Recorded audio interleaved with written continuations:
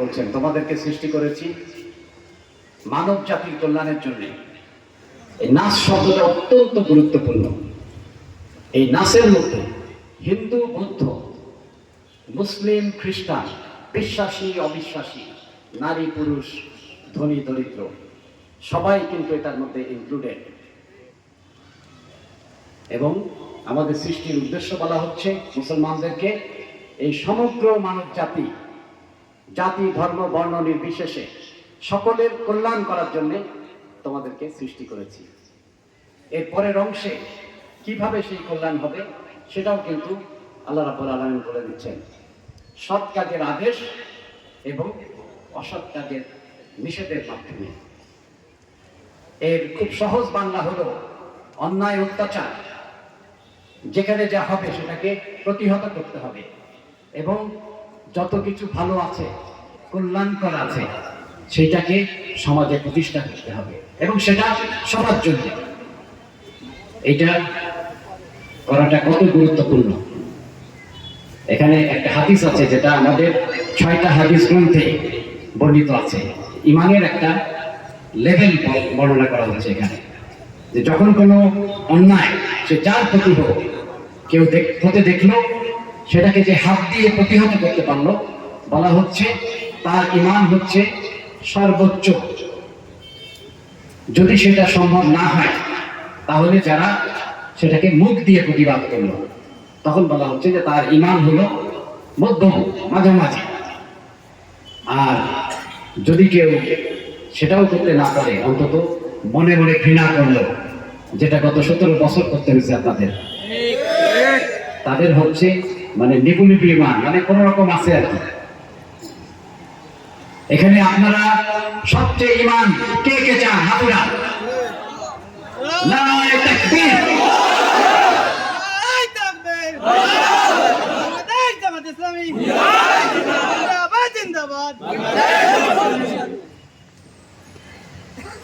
এটা করলে যেরকম ঈমান খুব উচ্চ হবে, এটা না করলে কি হবে? একবার আল্লাহ রাব্বুল আলামিন ওনার কয়েকজন উঁচু দরের ফেরেশতা আমাদেরকে বললেন যে এই কওমটা ধ্বংস করে দিয়ে আসো। মানুষ যখন অনেক অন্যায় অত্যাচার করতে থাকে সমাজে, আপনারা আদ জাতি, সামুদ জাতির কথা পড়ছেন নিশ্চয়ই কোরআনে, তখন তাদেরকে ধ্বংস করে দেওয়া হয়। তখন ফেরেশতারা বললেন যে রাব্বুল আলামিন, এখানে তো একজন লোক আছে সারাদিন তোমার মসজিদে পড়ে থাকে এবং সেখানে শুধু তোমার নামাজ কালাম পড়ে, জিকির আজকার করে, একে কি করবে? আল্লাহ রাব্বুল আলামিন বললেন যে ওকে সবচেয়ে আগে ধ্বংস করো, সর্বপ্রথমে তাকে ধ্বংস করো। কারণ কোরআনে পাকে আল্লাহ রাব্বুল আলামিন আমাদেরকে একটা জীবন দর্শন, কি করতে হবে, কি করা যাবে, কি করা না যাবে, এটা বলে দিয়েছেন। যেমন সৎ কাজের আদেশ এবং অসৎ কাজের নিষেধ, এটাকে 14 জায়গায় আমি খুঁজে বের করতে পারছি। হয়তো এটা কম বেশি হতে পারে। যদি এটা খুব গুরুত্বপূর্ণ না হতো তাহলে তো আল্লাহ রাব্বুল আলামিন এতবার বলতেন না। দায়িত্ব যত বেশি, জবাবদিহি তত বেশি। গত 17 বছর আপনাদের এটা করার কিন্তু সুযোগ ছিল না। শুধুমাত্র একটু নামাজ কালাম পড়ছে, মানুষকে নামাজের জন্য ডাকতো। ইন্দিরা ইউনিভার্সিটির ছাত্র আবরারকে ছাত্র শিবির করতে বলে তাকে পিটায়ে নির্মমভাবে হত্যা করে দিয়েছে। আজকে আমাদের উপর আল্লাহর বিশেষ মেহেরবানি, তারা বলছিল 41 সাল পর্যন্ত যাবে না। আসাদুল আলম ভাই মরহুম বেলাল হোসেন সাইদির কথা বলছেন, উনি একটা কথা বলছিলেন, ইসলামের বিরুদ্ধে যেভাবে নামছো, ইঁদুরের কত পাতা না খুব পাড়ায় বেড়ানো। তা আল্লাহর মেহেরবানিতে কিন্তু স্বৈরতন্ত্র, আজকে স্বৈরতন্ত্রের থেকে আমাদেরকে আল্লাহ রাব্বুল আলামিন উদ্ধার করছেন। আমাদের দায়িত্ব বেড়ে গেছে। এই দায়িত্ব পালন করতে গেলে আমি 4টা, আমাদের দৃষ্টান্ত খুব উচ্চ। আমাদের ইসলামে যে প্রচার এবং প্রসার হয়েছে সেটা কিন্তু আমাদের অতীতে যারা ছিলেন, তাদের ইসলাম যারা প্রচার করেছেন, তাদের চরিত্র, তাদের ব্যবহার, এইটা দিয়ে কিন্তু ইসলামের প্রচার এবং প্রসার হয়েছে বেশি। একজনকে যে বললেন ভাই ইসলাম গ্রহণ করো, এটা কিন্তু হয় নাই। আমি চারটা ছোট ছোট এক্সাম্পল দেবো, সময় কম, এটা দিয়ে আমি শেষ করে দেব। আর যেটা আমরা এই দেশে পালন করার অঙ্গীকার দিচ্ছি সবাইকে, যে আমাদের প্রথম হলো যে সমস্ত মানুষের মধ্যে সাম্য। হিন্দু মুসলমান, বৌদ্ধ খ্রিস্টান, ধনী দরিদ্র, নারী পুরুষ, শিক্ষিত লোক এবং যাদের বেশি শিক্ষার সুযোগ হয়নি, সবাই হলো সমান। এই জিনিসটা আমরা সমাজে প্রতিষ্ঠা করতে চাই। উদাহরণ, হযরত ওমর রাদিয়াল্লাহু তাআলা আনহু যখন মুসলমানদের অর্ধেক সাম্রাজ্যের মালিক, উনি তখন জেরুজালেম গেলেন। উনি ইচ্ছে করে যান নাই, প্ল্যান ছিল না, কিন্তু মুসলমানরা যখন জেরুজালেম দখল করলেন, তখন যে খ্রিস্টানরা ছিলেন তারা মুসলমানদের হাতে নগরীর চাবি দিতে ভয় পাচ্ছিলেন। কেন? কারণ এর আগে যখন খ্রিস্টানরা মুসলমানদের কাছ থেকে জেরুজালেম দখল করে নিয়েছিল, তখন নারী পুরুষ শিশু বৃদ্ধ নির্বিশেষে রক্তের বন্যা বয়ে গেছিল। এখানে বলা হয়েছে এমন রক্ত হয়ে গেছিল, সেখানে হাঁটুর উপরে চলে গেছিল জেরুজালেম নগরীর রক্ত। ওরা মনে করছে আজকে আমরা যদি এই মুসলমান সেনাপতি ইয়াং এরা আসছে, দখল করছে, এদের হাতে যদি আমরা চাবি দেই, তারা তো আমরা যেটা করছি সেটা কিন্তু আমাদের উপর ফিরাই দিবে। তখন বললেন যে আমরা চাবি দেব হযরত ওমর যদি আসে। হযরত ওমর রওনা হলেন মদিনা থেকে। অনেক পথ একজন সেবক নিয়ে আসলেন। ওই সময় তো দাস প্রথা ছিল, যে দাস তার সমস্ত মালিক কিন্তু যার দাস উনি। হযরত ওমর কিছুদিন আসার পরে বললেন যে অনেক পথ, তোমার তো কষ্ট হয়ে যাবে, তুমি কিছুটা পথ উটের উপরে ওঠো, আমি তোমাকে টেনে নিয়ে যাব, আর কিছুটা পথ আমি উঠবো, তুমি টেনে নিয়ে যাবা।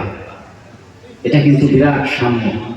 এটা বলতে গেলে আমার ইমোশন এসে যায়, যে এই দৃষ্টান্ত কিন্তু অনেক বড়, যে একজন অর্ধেক জাহানের মালিক তখন শাসক, আর একজন তার সেবক দাস, তাকে কিভাবে সমতার মাধ্যমে, কিভাবে ব্যবহারের মাধ্যমে কিন্তু জীবন দিয়ে দৃষ্টান্ত দিয়ে উনি কিন্তু আমাদেরকে দেখাই দিয়ে গেছেন।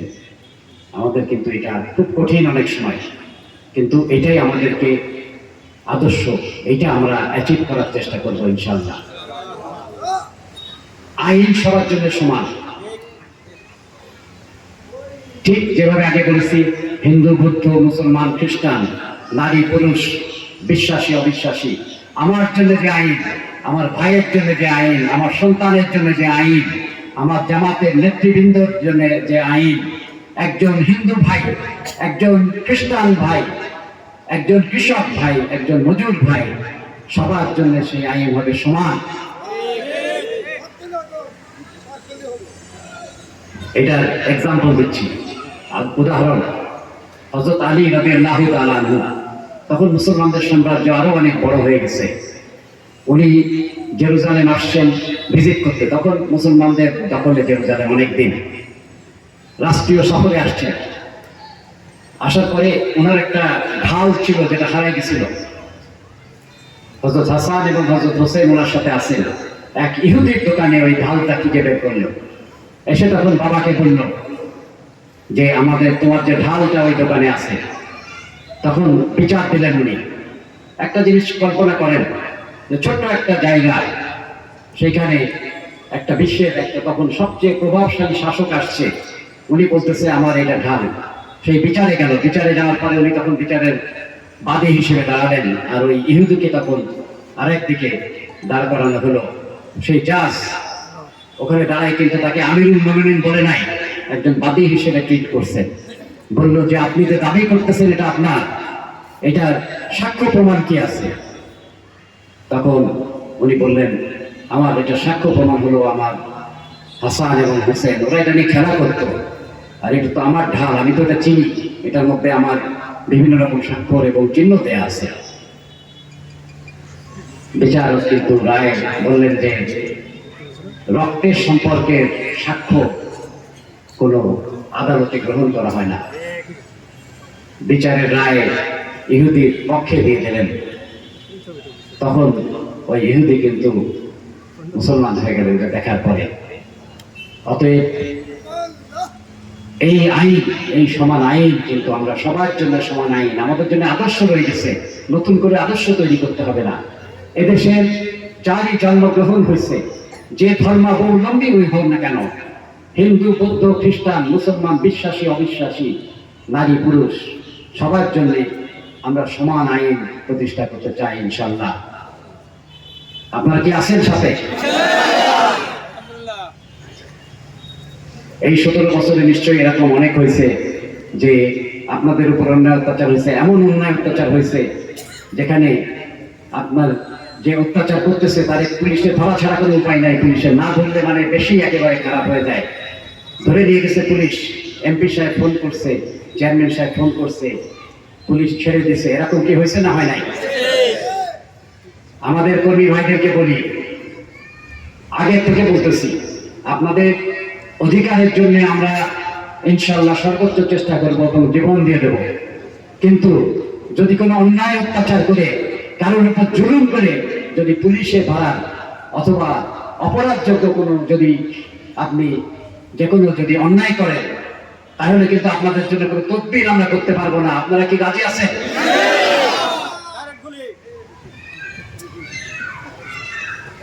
ইসলামের দাওয়াত দেয়া ফরজ, এটা অত্যন্ত গুরুত্বপূর্ণ।